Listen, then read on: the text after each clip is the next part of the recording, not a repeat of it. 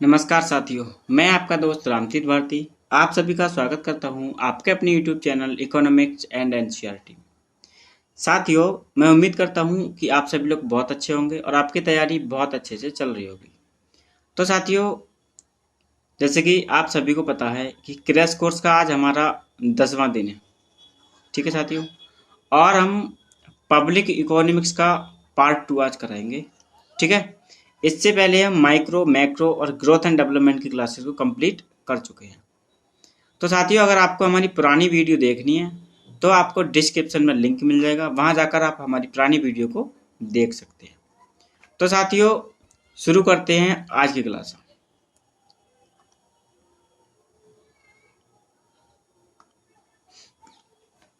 साथियों, जैसे कि पब्लिक इकोनॉमिक्स का पार्ट फर्स्ट हमारा हो चुका है, पार्ट सेकंड आज हमारा स्टार्ट होगा। तो सबसे पहले हम बात करेंगे आज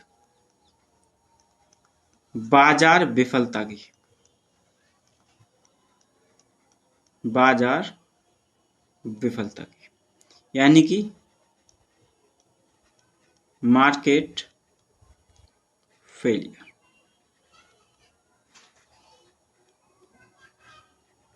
ठीक है साथियों,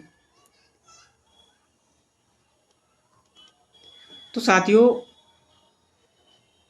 जब बाजार में मांग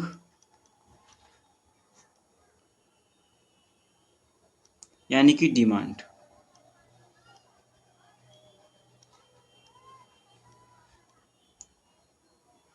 और आपूर्ति आपूर्ति यानी कि सप्लाई, इनका संतुलन बिगड़ जाए,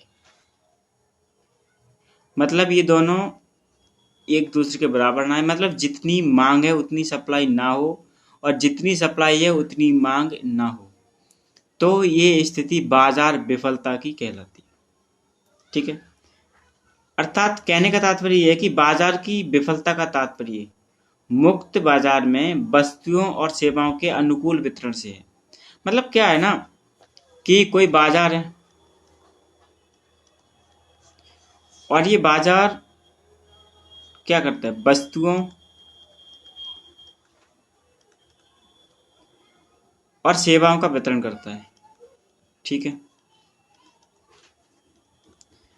तो इसका ये जो वस्तुओं का और सेवाओं का वितरण है ना, इनमें क्या आ जाएगा, असंतुलन आ जाएगा, असंतुलन असंतुलन आ जाएगा। इसी को साथ ही हम क्या कहेंगे, बाजार विफलता कहेंगे। ठीक है, बाजार विफलता कहेंगे। अब बाजार विफलता कब और क्यों आती है, इसके बारे में बात कर लेते हैं।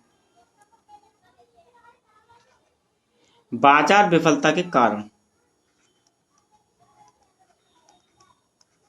बाजार विफलता के कारण। ठीक है, तो इसके ना बाजार विफलता के दो कारण होते हैं। एक तो सकारात्मक बाध्यताएं, सकारात्मक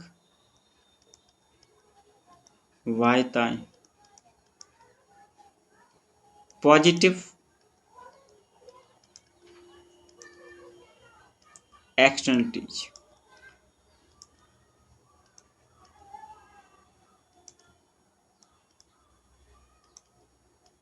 ठीक है साथियों, और दूसरा इसका जो कारण होता है, ये नंबर 1 है,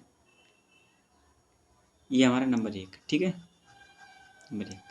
और दूसरा जो हमारा कारण होता है वो नकारात्मक बाध्यताएं, नकारात्मक बाध्यताएं,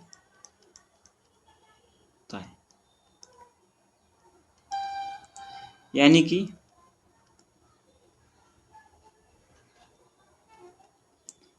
नेगेटिव एक्सटर्नलिटीज।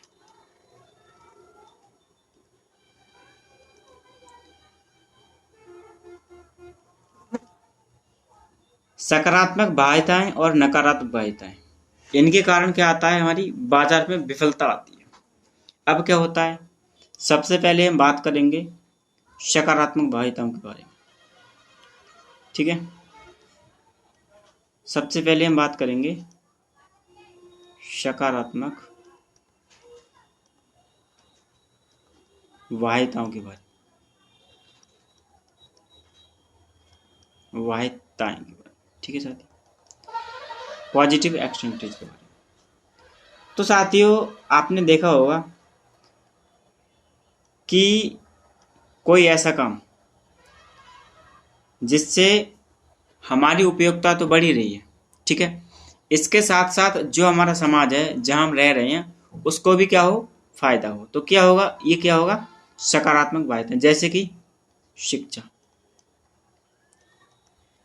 शिक्षा शिक्षा से साथियों क्या होता है, जो जो व्यक्ति शिक्षा प्राप्त करता है,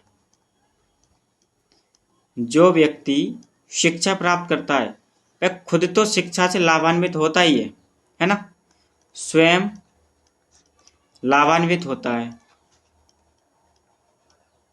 ठीक है, और इसके साथ साथ, इसके स्वयं के लाभान्वित होने के साथ साथ इसकी शिक्षा से समाज को भी जो है सकारात्मक एक संदेश जाता है, यानी कि उसको भी फायदा होता है, समाज को भी फायदा होता है। तो हमारी शिक्षा कैसी है, ये सकारात्मक बाध्यताओं के अंतर्गत आती है। वहीं शिक्षा, और नंबर सेकंड हमारा सार्वजनिक वस्तु, सार्वजनिक वस्तु, ठीक है। अब सार्वजनिक वस्तु क्या होती है, तो साथियों सार्वजनिक जो वस्तु होती है ना, जैसे मैंने आपको कल बताया था, अगले पेज पे बात करते हैं कि सार्वजनिक जो वस्तु होती है ना, सार्वजनिक वस्तु है। कल मैंने आपको इसके टाइप पढ़ाए थे, आप जिसने भी ये नहीं देखे वो पिछली क्लास को देख ले जाकर। तो इनमें ना दो गुण पाए जाते हैं, कौन कौन से, इनमें दो गुण पाए जाते हैं,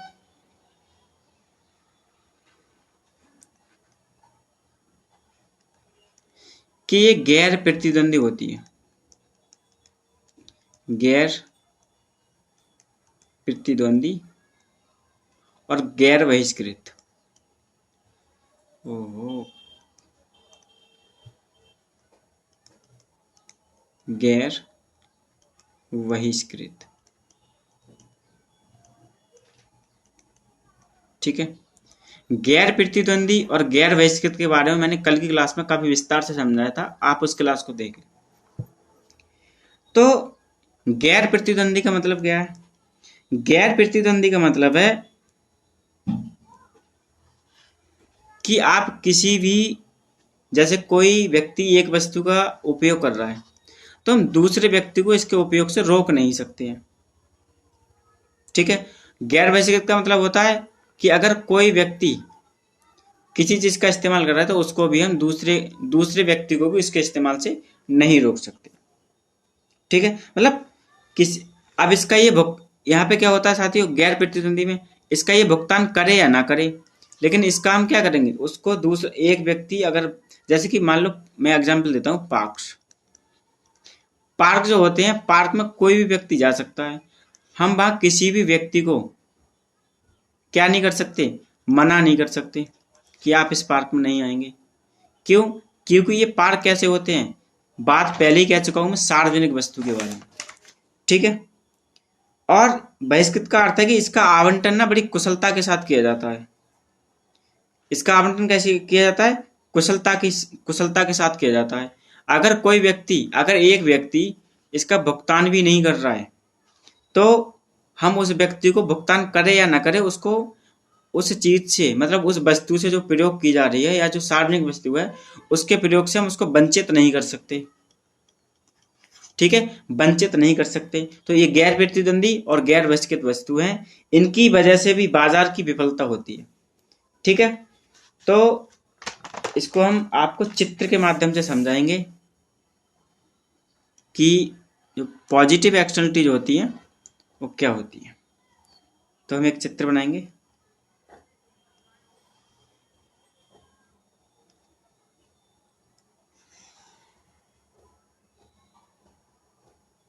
ठीक है,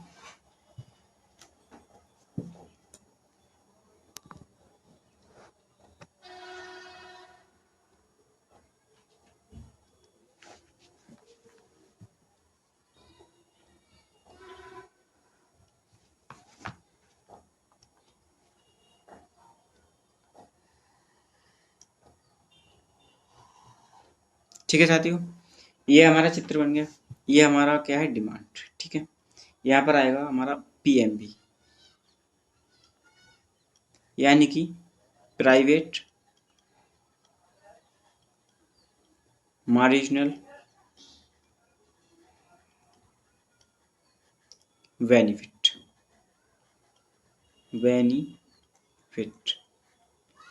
निजी सीमांत लाभ, निजी सीमांत लाभ। ठीक है साथियों, और यहाँ हमारा आएगा पीएमसी, प्राइवेट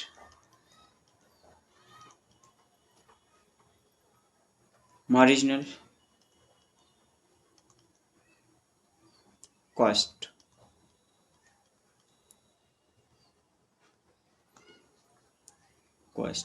ठीक है साथियों, यानी कि निजी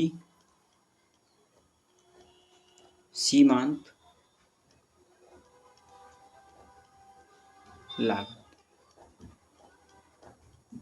ठीक है साथियों, तो मान लो ये हमारा एक पॉइंट है।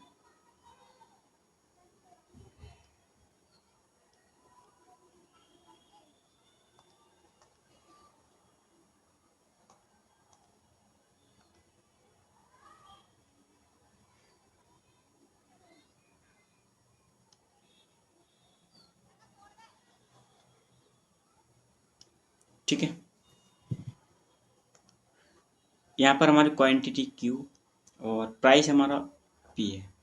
ठीक है, अब मान लो कि कोई व्यक्ति है, ठीक है, उसे कोई मान लो ऐसी बीमारी है जैसे कि मान लो अस्थमा। ठीक है, अब अस्थमा क्या है, अस्थमा का अगर कोई व्यक्ति है, या मान लो कोविड का कोई व्यक्ति है, ठीक है, या फिर ऐसी कोई बीमारी है उसे कि जिसको मतलब किसी, अगर वो व्यक्ति किसी दूसरे के संपर्क में आएगा तो उसको होने की संभावना रहती है। तो साथियों क्या होगा कि समाज क्या चाहेगा, समाज चाहेगा कि ऐसा व्यक्ति कहाँ रहे, ऐसा व्यक्ति घर पर रहे। ठीक है, क्यों, क्योंकि अगर वो बाहर जाएगा तो दूसरे लोगों को इन्फेक्शन होने की संभावना बढ़ जाएगी। ठीक है, लेकिन उससे क्या होगा, उसके निजी जो सीमांत लाभ होंगे क्या होंगे, कम होंगे। तो यहाँ पर जो, जबकि उसकी जो निजी सीमांत लागत होगी वो अधिक होगी। ठीक है, तो पीएमसी बराबर एसएमसी ये होना चाहिए। इससे क्या होगा, समाज को फायदा होगा। ठीक है, ये इस वाले पॉइंट पर होगा। आगे एक ग्राफ और बनाएंगे हम, ये वाला। ठीक है, अब यहाँ पर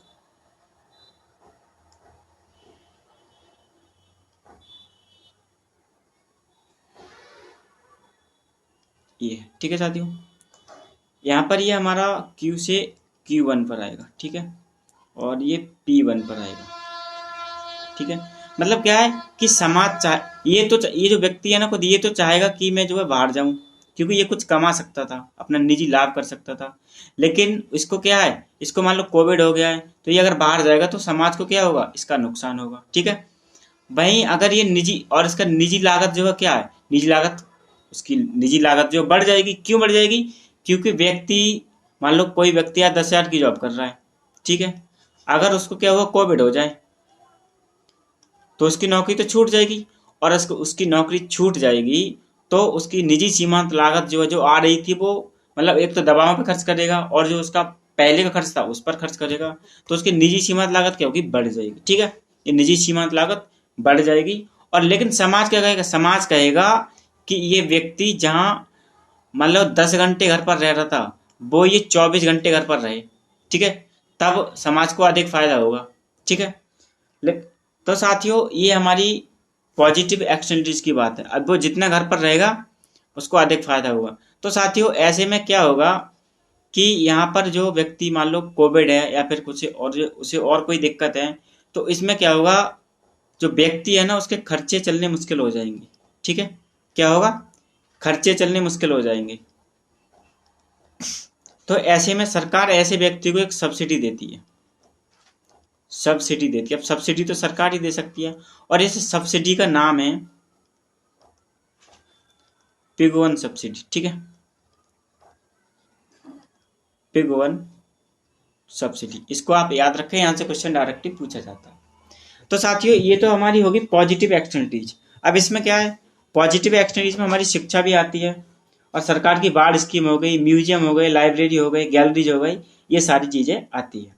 अब स्टार्टिंग वस्तु बाजार में विफलता पैदा करता है। यदि आबादी का एक वर्ग जो वस्तुओं का उपभोग तो करता है परंतु भुगतान करने में विफल रहता है, ठीक है साथियों। मतलब एक जैसे मान लो कोई आम आदमी है और एक बहुत पैसे वाला आदमी है। अब मान लो कि अगर इसको पुलिस की जरूरत पड़ जाए, प्रोटेक्शन की जरूरत पड़ जाए, तो ये पुलिस के पास जाएगा, ठीक है। और इसको जरूरत पड़ जाए तो ये भी किसके पास जाएगा, पुलिस के पास जाएगा।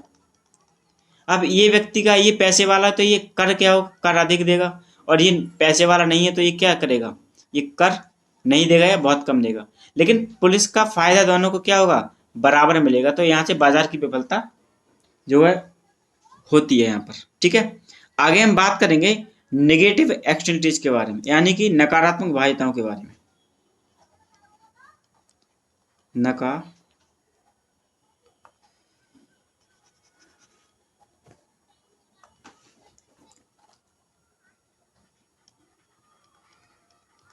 नकारात्मक बाध्यताएं,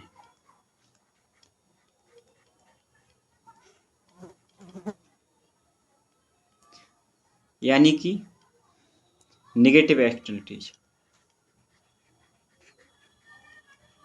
नेगेटिव एक्सटर्नलिटीज।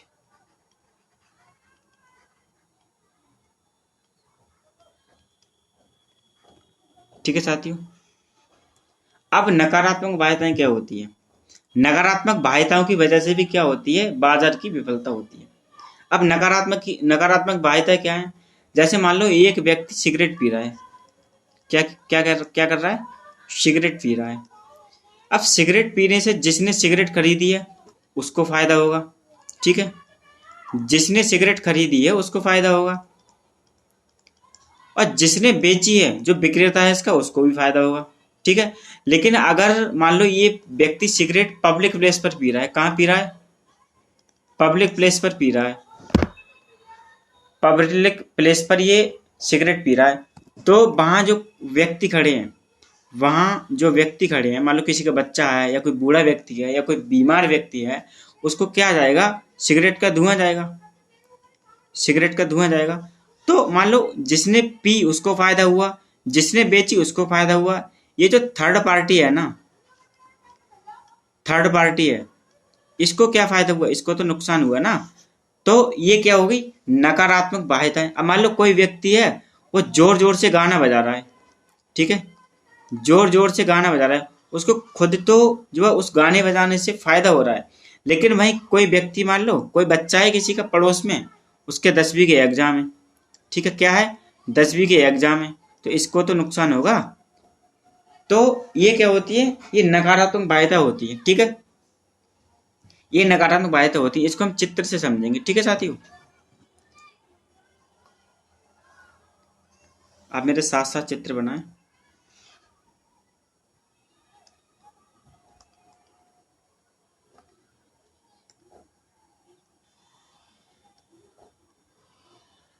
ठीक है, तो मतलब कोई व्यक्ति है ना, भाई हम यहाँ पे भी जो है ना कोविड वाला एग्जाम्पल लेंगे, कोविड वाला, या फिर ऐसी बीमारी है जिसको जो मतलब बाहर जाएगा ना व्यक्ति, तो उससे दूसरे लोगों को क्या होगा, नुकसान होगा। ठीक है, तो ये हमारा क्या है, ये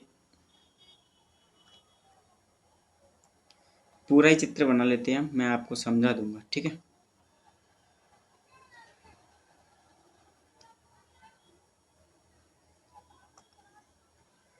ओ, चलो इसी कलर से बनाते हैं।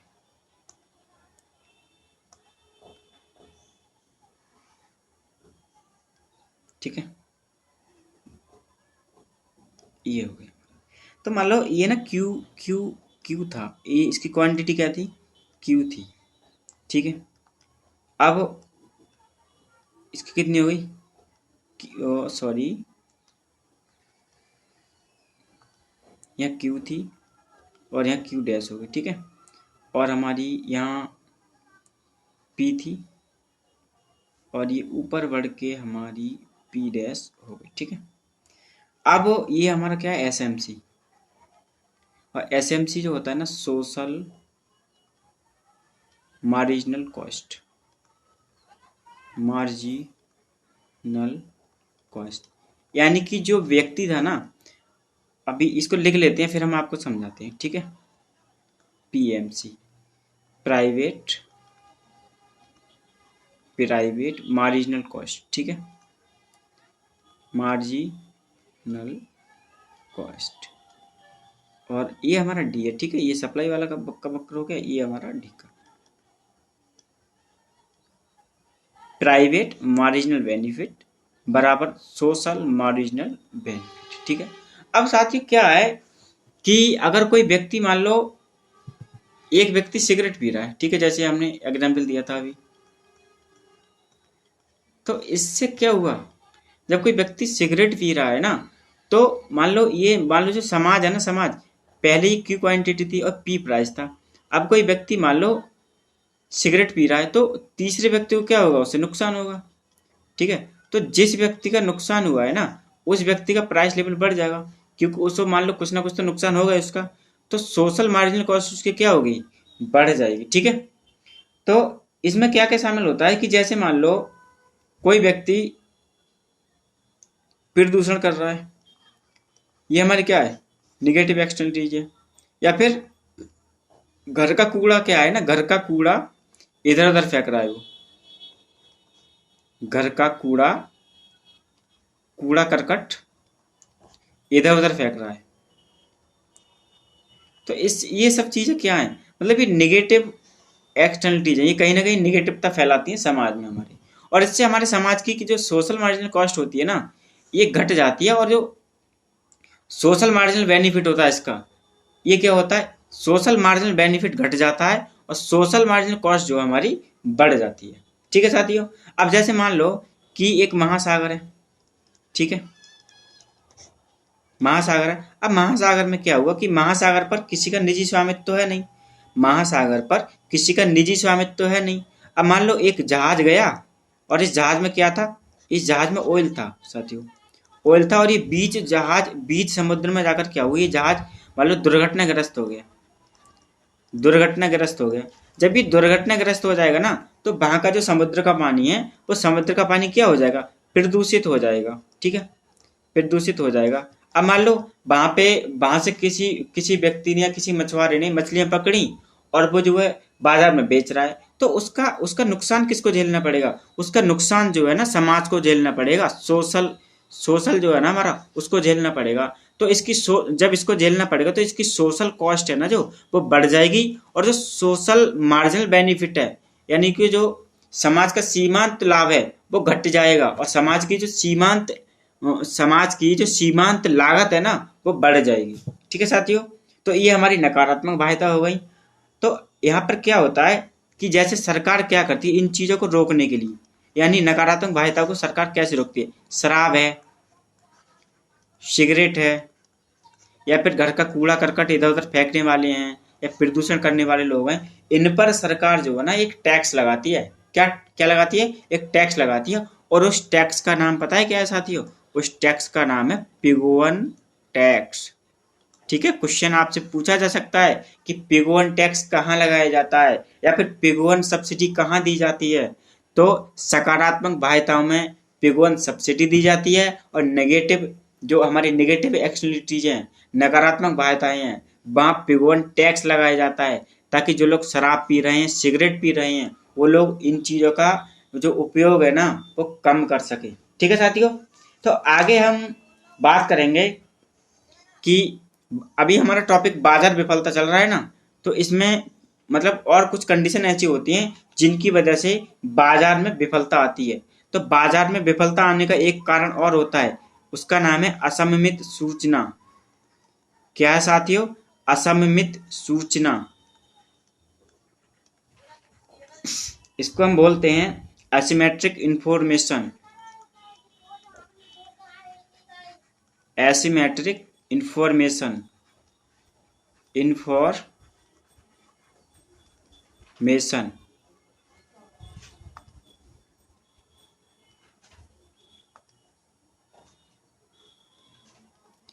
एसिमेट्रिक इंफॉर्मेशन, इसको हम एक दूसरे नाम से और जानते हैं। किस नाम से जानते हैं साथियों?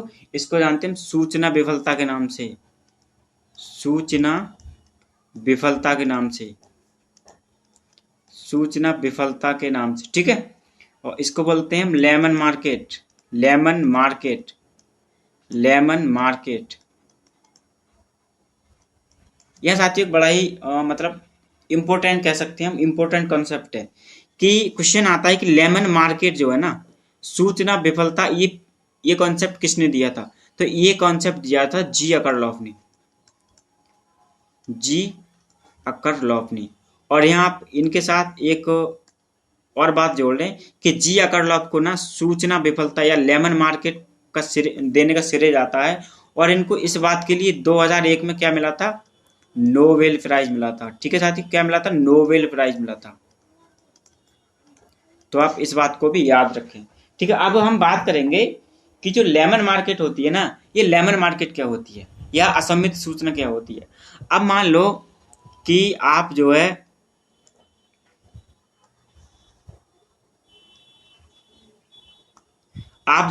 मार्केट गए, और मार्केट क्या लेने गए आप? एक गाड़ी लेने गए। ठीक है, मार्केट क्या लेने गए आप? एक गाड़ी लेने गए। ठीक है, मार्केट क्या लेने गए आप? एक गाड़ी लेने गए। ठीक है, अब जो दुकानदार था ना, उसने आपको दो गाड़ियां दिखाई। ठीक है, उसने आपको क्या दिखाई? दो गाड़ियां दिखाई। एक ब्लैक कलर की थी और दूसरी हमारी ग्रीन कलर की थी। ठीक है साथियों, दूसरी हमारी किस कलर की थी? ग्रीन कलर की थी। अब दुकानदार ने आपको गाड़ियां तो दिखा दी, आपने दुकानदार से पूछा कि साहब इसका प्राइस क्या है, यानी इन दोनों का प्राइस क्या है।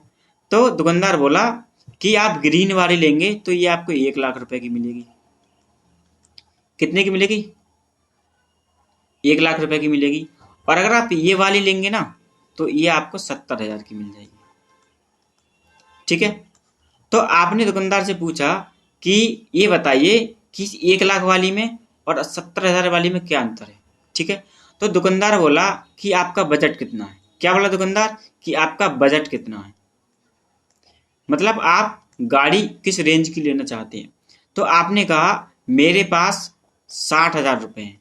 सपोज कर लो आपने कहा कि मेरे पास 60,000 रुपये हैं, तो दुकानदार ने मन में सोचा कि ये व्यक्ति 70,000 वाली गाड़ी ही ले सकता है, यानी इतने तो कम कर सकता है वो, या फिर ये बढ़ा सकता है। ठीक है, ये वाली ले सकता है, ये वाली गाड़ी ये नहीं खरीद सकता। ठीक है, तो आपने दुकानदार बोला कि आप एक काम करिए भाई साहब कि आप ये 70,000 वाली गाड़ी ले लीजिए, ये आपके लिए बहुत अच्छी रहेगी। तो आपने उससे एक क्वेश्चन और कर लिया। क्या क्वेश्चन कर लिया? कि भाई साहब ये बताइए कि 70,000 वाली में और 1 लाख वाली में अंतर क्या है। तो वो बोला दुकानदार कि भाई साहब 1 लाख वाली भी अच्छी है और 70,000 वाली भी अच्छी है, लेकिन आपके हिसाब से जैसा आपका बजट है उसके हिसाब से आपको 70,000 वाली गाड़ी सही रहेगी। तो साथियों दुकानदार ने क्या किया कि 1 लाख वाली जो गाड़ी थी और 70,000 वाली गाड़ी थी, मतलब एक ही कंपनी की और एक ही मॉडल की गाड़ियां थी। सपोज कर लो कि एक ही मॉडल की एक ही प्रकार की गाड़ियां थी, और मान लो ये ऑल्टो थी, ये ऑल्टो और ये भी ऑल्टो। ठीक है, अब इसने क्या किया कि इसमें ना उधेड़-बुन कर दी। मतलब क्या उधेड़-बुन कर दी कि इसके कुछ पार्ट्स निकाल कर और बेकार पार्ट्स डाल दी, इसलिए 70,000 की हो गई। और इसमें ओरिजिनल पार्ट्स थे तो ये कितने की हो गई, ये 1 लाख की हो गई। ठीक है। अब ये वाली बात दुकानदार ने किसको नहीं बताई, जो गाड़ी खरीदने आया था उसको नहीं बताई। तो साथियों ये जो इसने बात जो छुपाई ना, जो बातें छुपाई इसने, जो बातें इसने छुपाई क्रेता को नहीं बताई, यही क्या कहलाती है, सूचना की विफलता या फिर असममित सूचना कहलाती है। ठीक है। इसी को जी अग्रवाल साहब ने प्रतिपादित किया था और इन्हें इसी बात के लिए 2001 में नोबेल प्राइज मिला था। ठीक है साथियों, आप इस बात को और ये साथियों इसको हम एडवर्स सिलेक्शन भी बोलते हैं। ठीक है, एडवर्स सिलेक्शन सिलेक्शन ही बोलते हैं, यानी कि विपरीत दिशा में सिलेक्शन। ठीक है, तो आप इसको अच्छे से समझ गए होंगे। आगे हम बात करेंगे मोरल हजार्ड की। मोरल हजार्ड की वजह से भी बाजार में विफलता की स्थिति उत्पन्न हो जाती है। कौन सा साथी topic, moral hazard. Moral hazard साथियों ये ऐसे टॉपिक हैं कि अगर आपने ये कर लिए ना तो पेपर में ऐसे क्वेश्चन बहुत ज़्यादा आते हैं।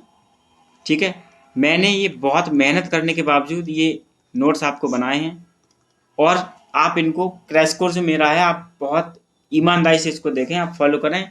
इसका फ़ायदा आपको एग्जाम में 100% मिलेगा। साथियों बात करेंगे मोरल हजार्ड के बारे में, यानी कि नैतिक खतरा।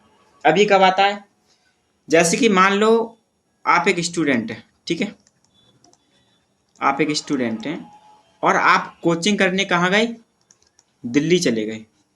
ठीक है, अब दिल्ली चले गए कोचिंग करने आप, तो आपको वहाँ क्या पड़ेगा, रहने की आवश्यकता पड़ेगी ना। तो रहने की आवश्यकता पड़ेगी तो आपको क्या चाहिए, रूम चाहिए।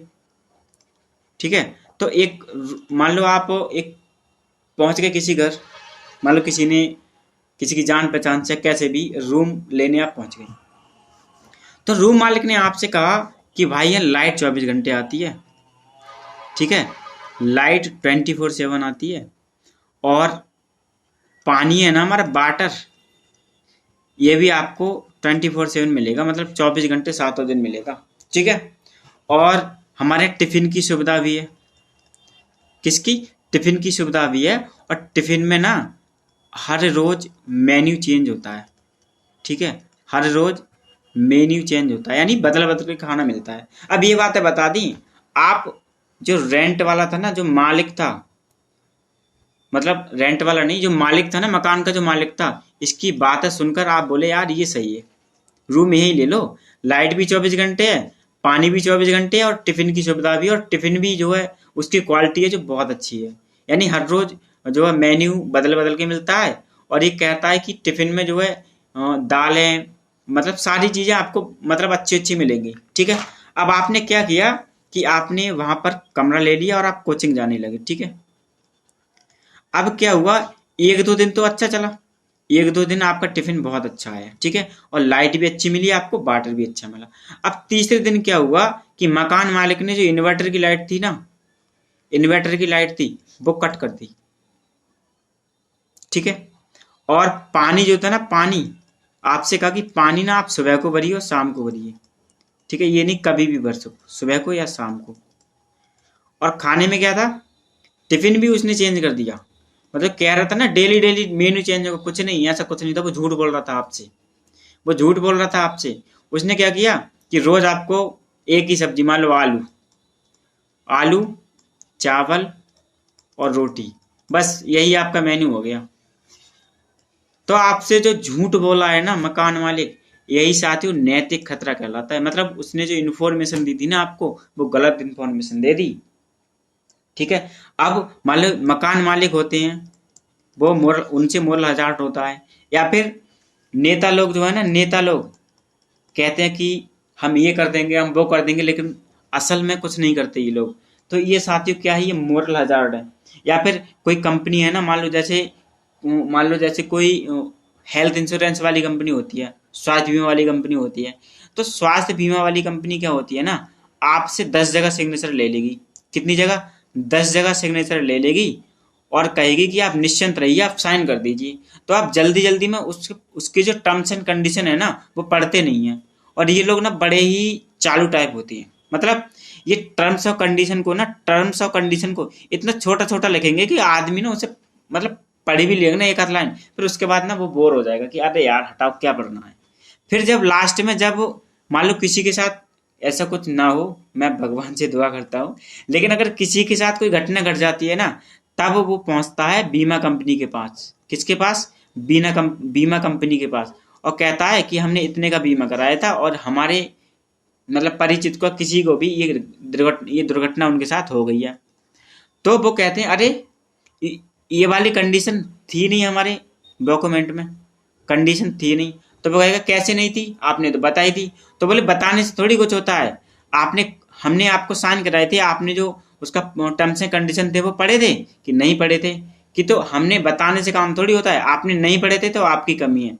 तो यहाँ पर आपको उस जो पैसा आपने दिया था उससे भी हाथ धोना पड़ता है और आपको कोई सुविधा नहीं मिलती है। तो ये साथियों क्या है, ये सारे नैतिक खतरे हैं, ठीक है, मोरल हजार्ड है। इसकी वजह से भी क्या होता है, हमारी जो मार्केट होती है ना उसमें विफलता आती है।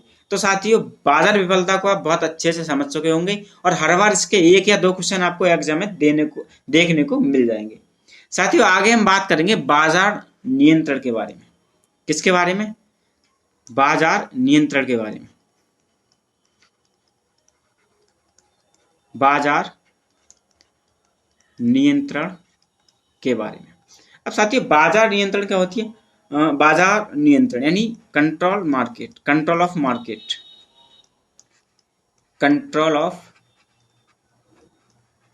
मार्केट, ठीक है। अब ये क्या होती है, मान लो कि बाजार वस्तुओं की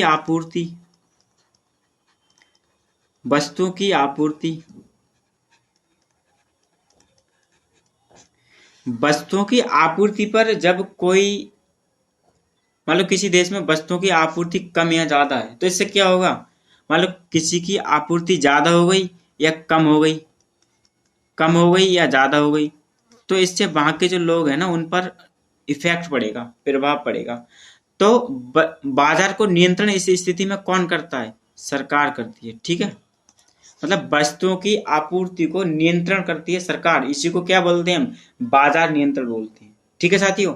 आगे हम बात करेंगे लोक राजस्व के बारे में।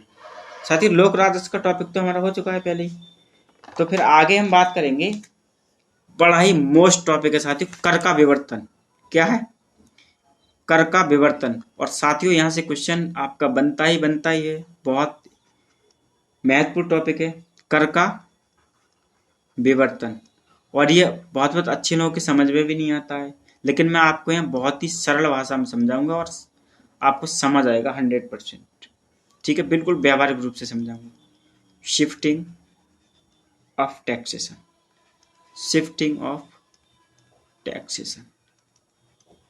ठीक है।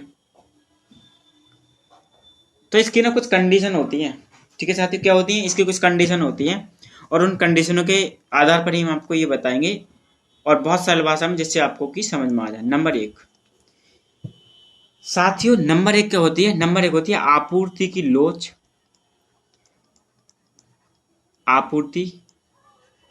लोच, बराबर मांग की लोच।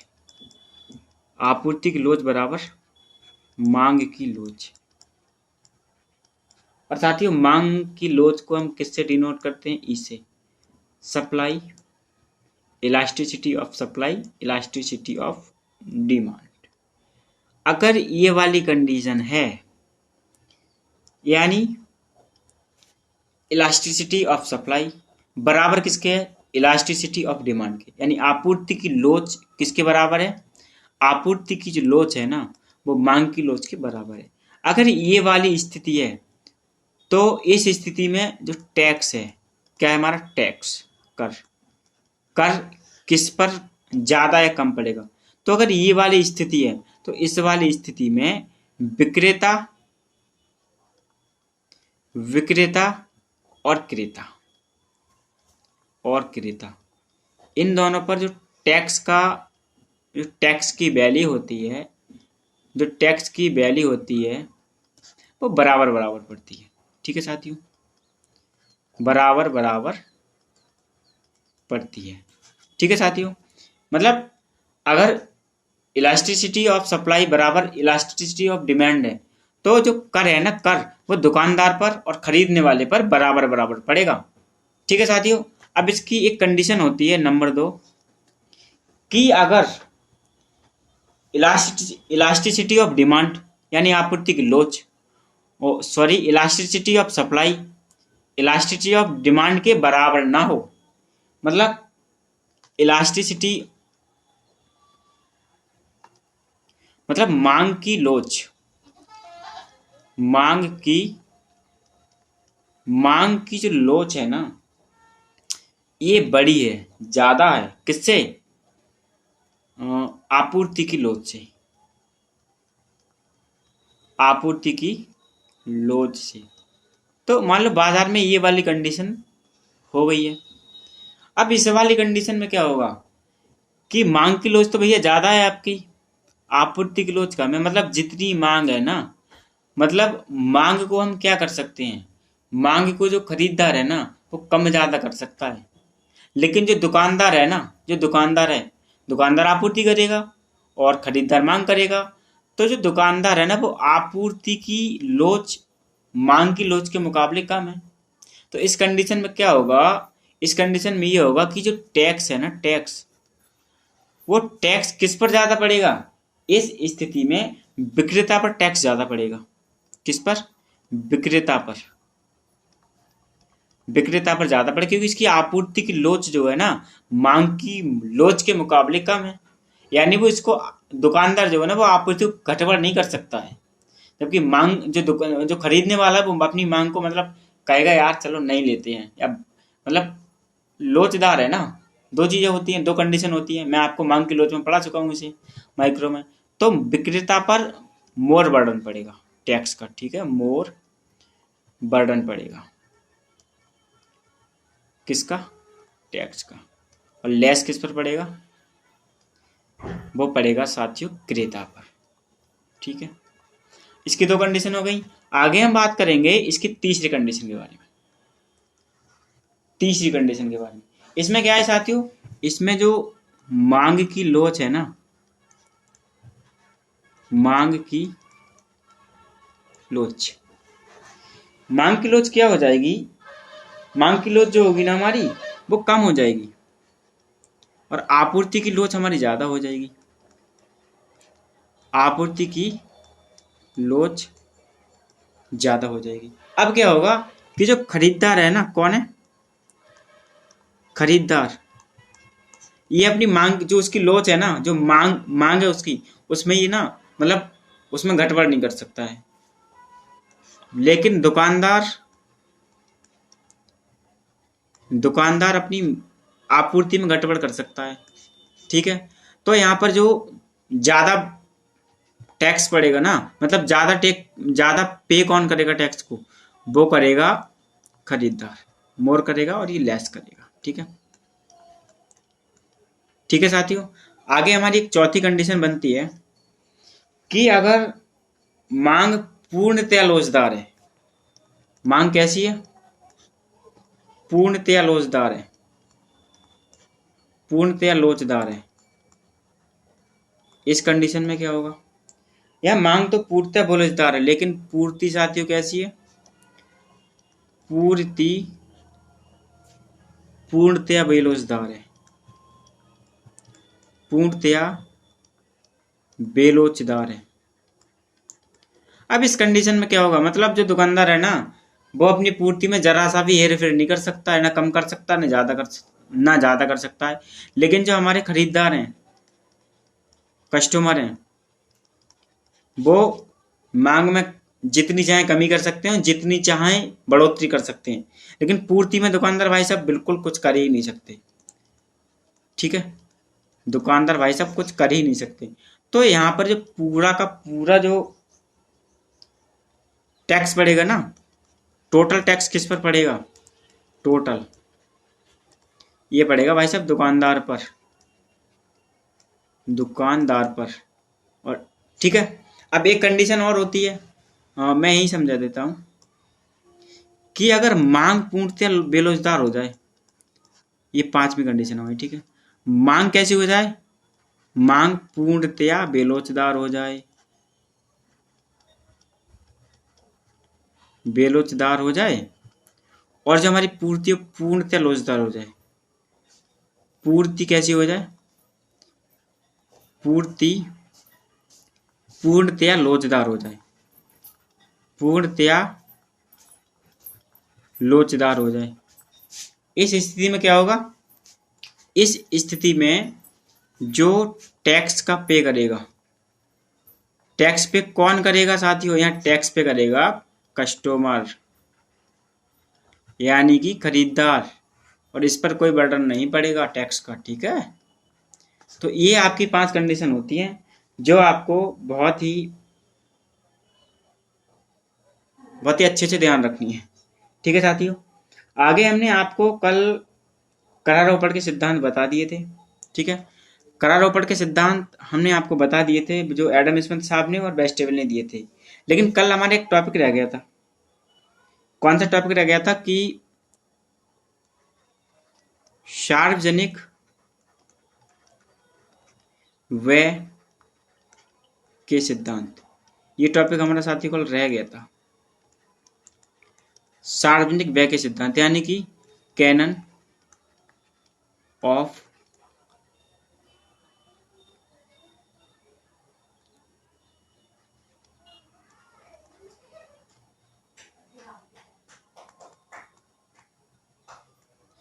कैनन ऑफ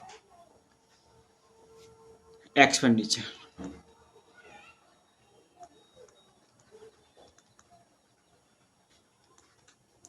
ठीक है साथियों।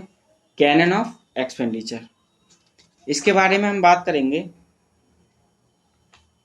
Sorry, canon of public expenditure, ठीक है। पब्लिक एक्सपेंडिचर ये आप ऐड कर लिए। तो ये यहाँ से साथ ही क्वेश्चन आता है, इसलिए मैं आपको ये बता रहा हूँ। और क्वेश्चन कई बार आता है, कई बार आ चुका है। गिवन बाई, मतलब इसको किसने दिया था? तो साथ ही इसको दिया था हमारे फिंडले साहब ने। फिंडले, सॉरी,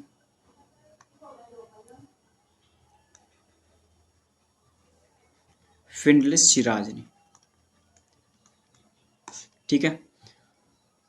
फिंडले सिराज ने दिया था, और ये बताया था हमें कि ये जो सार्वजनिक व्यय के सिद्धांत होते हैं ये 5 प्रकार के होते हैं। नंबर 1, लाभ का सिद्धांत, लाभ का सिद्धांत। नंबर 2, मितव्ययता का सिद्धांत, मितव्ययता का सिद्धांत। और नंबर 3, स्वीकृति का सिद्धांत, स्वीकृति का सिद्धांत। और नंबर 4 था हमारा बचत का सिद्धांत, बचत का सिद्धांत। तो इसे आप याद रखें। यहाँ से क्वेश्चन आपको सिद्धांतों में से भी पूछ सकता है, और सार्वजनिक व्यय के सिद्धांत किसने दिए थे ये भी क्वेश्चन आपसे पूछ सकता है, ठीक है साथियों। आगे हम बात करेंगे करों के प्रकार, साथियों मैंने आपको बता दिया है। आगे हम बात करेंगे बजट के बारे में। किसके बारे में साथियों? बजट के बारे में, ठीक है साथियों। तो बजट में साथियों 2 चीजें होती हैं। सबसे पहले आप इसमें एक क्वेश्चन ऐड करें कि हमारा जो बजट होता है ना, बजट ये अनुच्छेद 112 के तहत पारित होता है, ठीक है।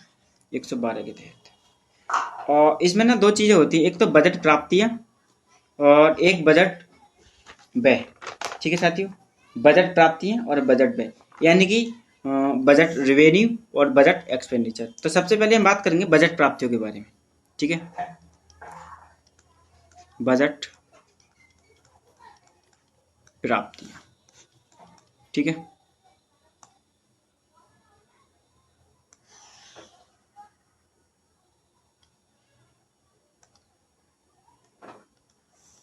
इसमें जो बजट प्राप्ति होती है इसको हम 2 भागों में बांटते हैं, ठीक है। 2 भागों में बांटते हैं इसे। पहला आता है रेवेन्यू रिसीप्ट, रेवेन्यू रिसीप्ट यानी कि राजस्व प्राप्तियां। क्या साथियों? राजस्व प्राप्तियां। और दूसरा जो हमारा होता है ये होता है कैपिटल रिसीप्ट, कैपिटल रिसीप्ट। ठीक है साथियों, यानी कि पूंजी प्राप्तियां, पूंजी प्राप्तियां। ठीक है साथियों, इसको भी हम दो भागों में बांटते हैं। ये होता है हमारा टैक्स रेवेन्यू, टैक्स रेवेन्यू यानी कि कर राजस्व, कर राजस्व। और दूसरा में होता है non tax revenue, non tax revenue. ठीक है, गैर कर राजस्व, गैर कर राजस्व। और इसको हम तीन भागों में डिवाइड करते हैं। नंबर एक होता है बोरोइंग, यानी उधारी, जो सरकार उधार से पैसा लेती है वही वाली। ठीक है, दूसरा हमारा होता है इसमें recovery of loans, recovery of loans यानी जो सरकार लोन बांटती है उसकी रिकवरी करना। और तीसरा में होता है other receipt, other receipt, other receipt. तो साथियों ये बजट प्राप्तियों का मतलब है कि जो हम बजट पारित करते हैं तो जो हमारे पास जो पैसा आता है वो कहाँ कहाँ से आता है। तो इसमें दो जगह से पैसा आता है, एक तो राजस्व प्राप्तियों से और दूसरा पूंजी प्राप्तियों से। राजस्व प्राप्तियों में कहाँ से आता है? एक तो कर राजस्व से आता है और गैर कर राजस्व से आता है। और पूंजी प्राप्तियों में हमारा उधारी, रिकवरी ऑफ लोन्स और अदर रिसिप्ट, यहाँ से पैसा आता है। आगे हम बात करेंगे बजट एक्सपेंडिचर के बारे में, यानी कि बजट व्यय के बारे में। बजट व्यय के बारे में यानी कि पब्लिक एक्सपेंडिचर, पब्लिक एक्सपेंडिचर।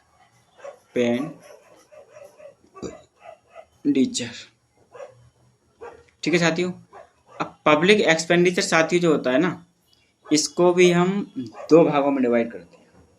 ठीक है,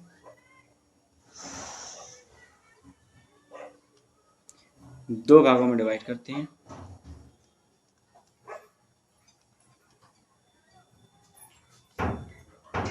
नंबर एक होता है हमारा रेवेन्यू एक्सपेंडिचर। क्या होता है साथियों? रेवेन्यू एक्सपेंडिचर,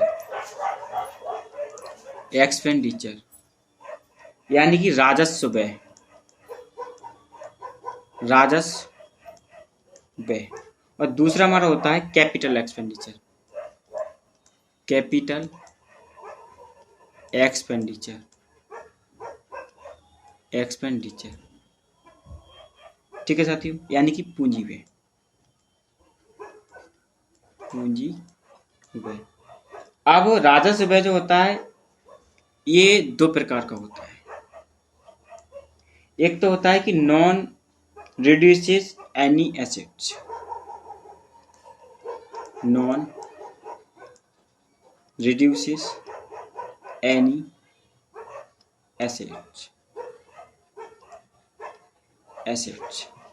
और इसमें हमारा आता है सैलरी, यानी जो सरकार सैलरी बांटती है ना, तो मान लो अगर सरकार ने किसी को सैलरी दे दी तो उससे क्या हमारा कोई एसेट्स बन रहा है? नहीं बन रहा है। ठीक है, तो ये हमारी नॉन रिड्यूस एनी एसेट्स में आती है, यानी भी किसी भी प्रकार के एसेट्स नहीं बनाती है। और दूसरा हमारा आता है पे लोन इंटरेस्ट, यानी जो लोन का ब्याज है ना, जो हमने ऋण लिया था उसका ब्याज इसमें दिया जाता है, इंटरेस्ट। और दूसरी टाइप की जो होती है राजस्व, जो दूसरे प्रकार का होता है, ये कभी भी कोई लायबिलिटी नहीं बनाता, मतलब कोई देयता नहीं बनाता है। देयता नहीं बनाता। ठीक है। और पूंजी व्यय जो होता है हमारा, इसमें बहुत सारी टर्म्स शामिल होती हैं, उसको हम बात करते हैं।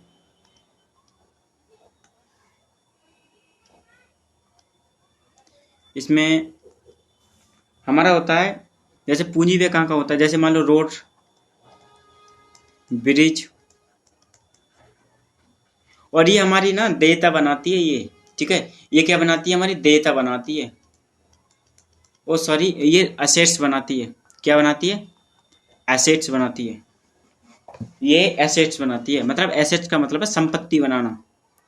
ये संपत्ति बनाती है, क्योंकि मान लो कोई रोड बन गया, कोई ब्रिज बन गया, या कोई सरकारी बिल्डिंग बन गई, तो उससे हमारी क्या बन रही है, उससे सरकारी जो संपत्ति तैयार हो रही है।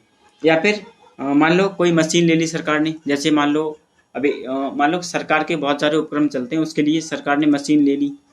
ठीक है, तो ये भी एसेट्स बना रही है। या फिर सरकार ने जो है, मान लो कोई कंपनी है, उसमें इन्वेस्ट कर दिया, शेयर के रूप में। ठीक है, तो इससे भी क्या हो रही है, एसेट्स बन रही है हमारी। या फिर एक चीज और आती है, repayment of loan. Repayment of loan इसके अंतर्गत आता है। तो साथियों, ये आपको हो गया। एक टॉपिक हमारा इसमें और बचता है, उसकी बात हम और कर लेते हैं, क्योंकि इस टॉपिक को आज हम खत्म कर देंगे। कल हमारा एक नई यूनिट स्टार्ट हो जाएगी, राजकोषीय नीति। राजकोषीय नीति साथियों, राजकोषीय नीति को हम बोलते हैं फिजिकल पॉलिसी। ठीक है, और साथियों ये जो राजकोषीय नीति है ना, ये हमारी वित्त मंत्रालय के द्वारा तैयार की जाती है। ठीक है, जैसे दो होती हैं, एक तो राजकोषीय नीति होती है, एक मौद्रिक नीति होती है। मौद्रिक नीति को हम मनी एंड बैंकिंग पढ़ाएंगे आपको, वो हमारा यूनिट अभी रह गया है। तो मनी एंड बैंकिंग जो मुद्रा नीति होती है ना, वो तो हमारी आरबीआई लेकर आती है, और जो राजकोषीय नीति होती है, इसको वित्त मंत्रालय लेकर आता है। ठीक है, वित्त मंत्रालय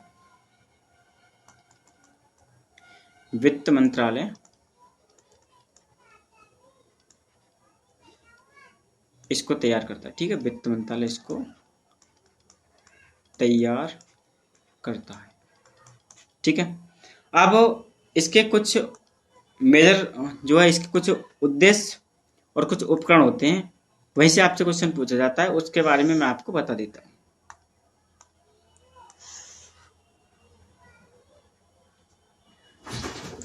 तो इधर लिखेंगे हम राजकोषीय नीति के उद्देश्य। ठीक है, उद्देश्य, ये साथी उद्देश्य हमारा गलत लिखा है, उद्देश्य।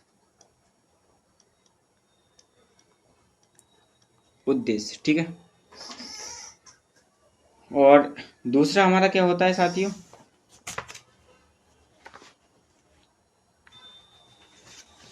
दूसरा हमारा होता है उपकरण।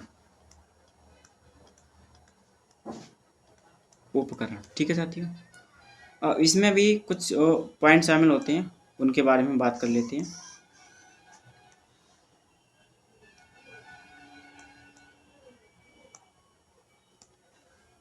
संसाधनों की गतिशीलता,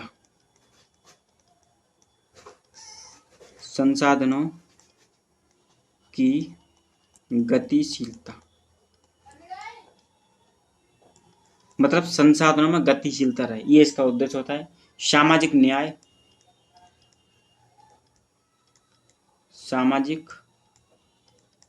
न्याय। ठीक है, और मूल्य स्थिरता,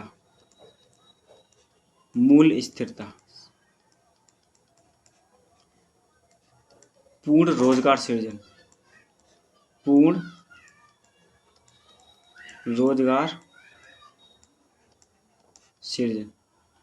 ठीक है, भुगतान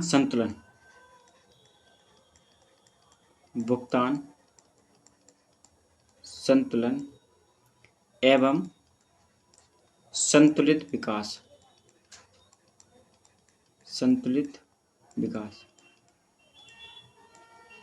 तो ये आपके क्या होते हैं, ये फिजिकल पॉलिसी के उद्देश्य होते हैं। ठीक है, अब इसके उपकरण क्या क्या होते हैं, तो साथियों इसके उपकरण के बारे में हम बात करते हैं। उपकरण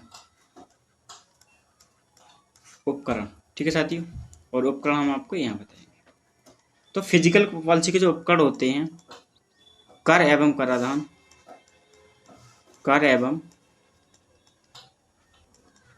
कराधान, सार्वजनिक व्यय,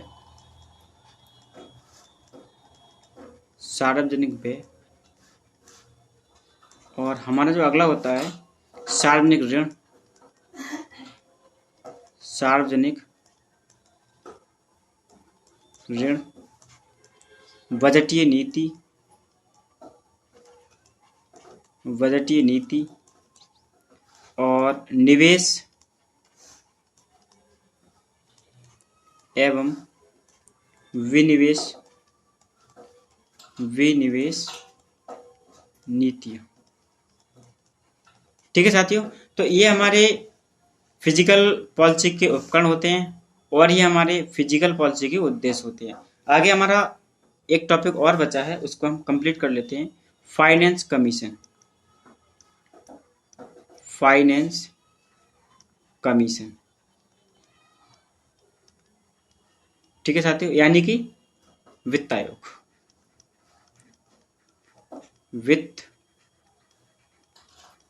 आयोग, ठीक है साथियों। तो साथियों वित्त आयोग जो है ना, वो हमारे आर्टिकल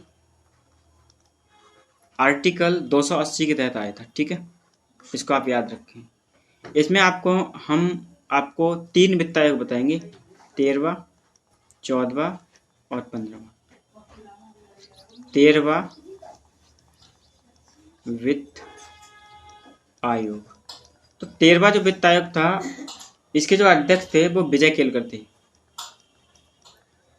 विजय केलकर थे, और इसका जो टाइम पीरियड था वो 2010 से 15 के बीच था, और इसको तैयार किया गया था 2007 में, ठीक है। 14वें वित्त आयोग के जो अध्यक्ष थे साथियों, वो वाई.वी. रेड्डी थे, वाई.वी. रेड्डी थे, और इसका जो टाइम पीरियड था वो 2015 से 2020, और इसको तैयार कर लिया गया था 2012 में, ठीक है साथियों। और हमारा जो अभी करंट में चल रहा है 15वां वित्त आयोग, इसके अध्यक्ष हैं एन के सिंह, एन के सिंह, ठीक है साथियों, और इसकी अवधि है 2021 से 2026 तक, और इसको 2017 में तैयार कर लिया गया था। तो साथियों ये हमारा फाइनेंस कमीशन यहाँ कंप्लीट होता है। बाकी इसमें से जो इक्का दुक्का चीज़ बची है वो मैं आपको की पॉइंट के माध्यम से कंप्लीट करा दूंगा। तो साथियों ये हमारा यूनिट चौथा भी आज कंप्लीट हो गया है, यानी micro macro growth and development और पब्लिक इकोनॉमिक्स। आगे हम कल एक नई यूनिट को स्टार्ट करेंगे। तो साथियों हमारी क्लास अगर आपको अच्छी लगी हो तो शेयर करें और हमारे चैनल को सब्सक्राइब करें। जय हिंद, जय भारत।